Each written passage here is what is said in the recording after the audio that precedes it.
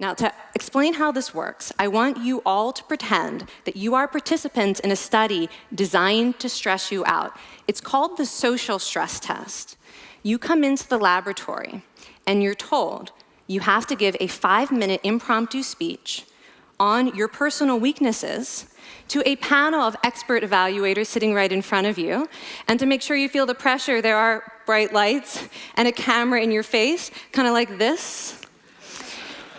And the evaluators have been trained to give you discouraging nonverbal feedback, like this.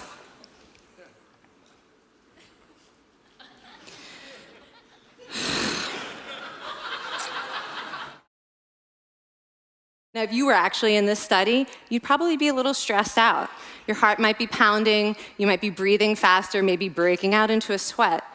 And normally, we interpret these physical changes as anxiety or signs that we aren't coping very well with the pressure.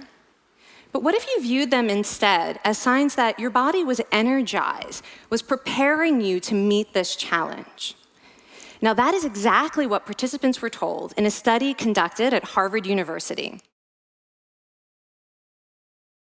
Now, in a typical stress response, your heart rate goes up and your blood vessels constrict like this. And this is one of the reasons that chronic stress is sometimes associated with cardiovascular disease. It's not really healthy to be in this state all the time. But in the study, when participants viewed their stress response as helpful, their blood vessels stayed relaxed like this. Their heart was still pounding, but this is a much healthier cardiovascular profile. It actually looks a lot like what happens in moments of joy and courage. Over a lifetime of stressful experiences, this one biological change could be the difference between a stress-induced heart attack at age 50 and living well into your 90s. And this is really what the new science of stress reveals, that how you think about stress matters. So my goal as a health psychologist has changed.